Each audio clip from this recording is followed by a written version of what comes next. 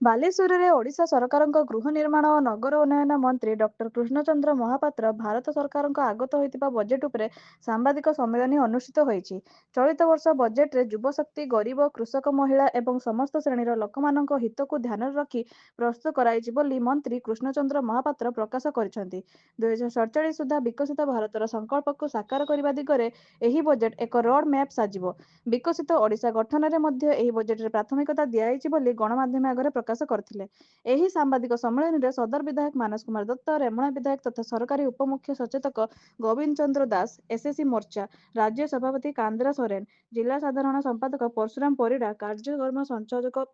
ଜୀବନ ପ୍ରଦୀପ ଦାସ, ଗଣମାଧ୍ୟମ ସଂଯୋଜକ ଶ୍ରୀନିବାସ ପ୍ରଧାନ, ସହ ସଂଯୋଜକ ରଞ୍ଜିତ ପୃଷ୍ଟି ଉପସ୍ଥିତ ଥିଲେ। देखु निश्चित भाव में मु धन्यवाद देवी यशस्वी प्रधानमंत्री एवं अर्थमंत्री भारत सरकार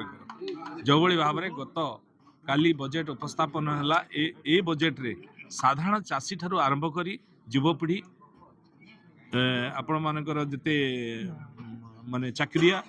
एवं एमएसएमई क्षेत्र में चाषी जो देखिए सबु वर्गर सबु जगार सबु क्षेत्र में ये बहुत उपयोगी होती विशेषकर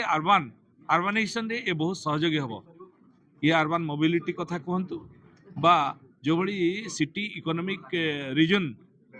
गठन कराला एवं म्युनिसिपल बॉन्ड आ द्वारा शहरीकरण वृद्धि एवं सहर विकास सहर इंफ्रास्ट्रक्चर वृद्धि एवं ओडिशा एथिरे बहुत लाभवान हम विशेषकर ओडिशा रे जो शहरीकरण आज 17% अच्छी आगामी 2036 रे जो विकसित ओडिशा एवं विकसित भारत 2047 आम आशा रखीचु से निश्चित भाव में शहरीकरण को वृद्धि करने ओडिशा 17 ରୁ 40% पर्यंत जो आशा आम रखीचु ये निश्चित फलवती हो पार। देखो विरोधी दलर जहाँ कले भी से विरोध कथा कहे आपण मैंने सब जानते तेणु माननीय पूर्वतन मुख्यमंत्री सी जहाँ लिखि दिखते सी कहती तेणु सी कहे कौन। धन्यवाद।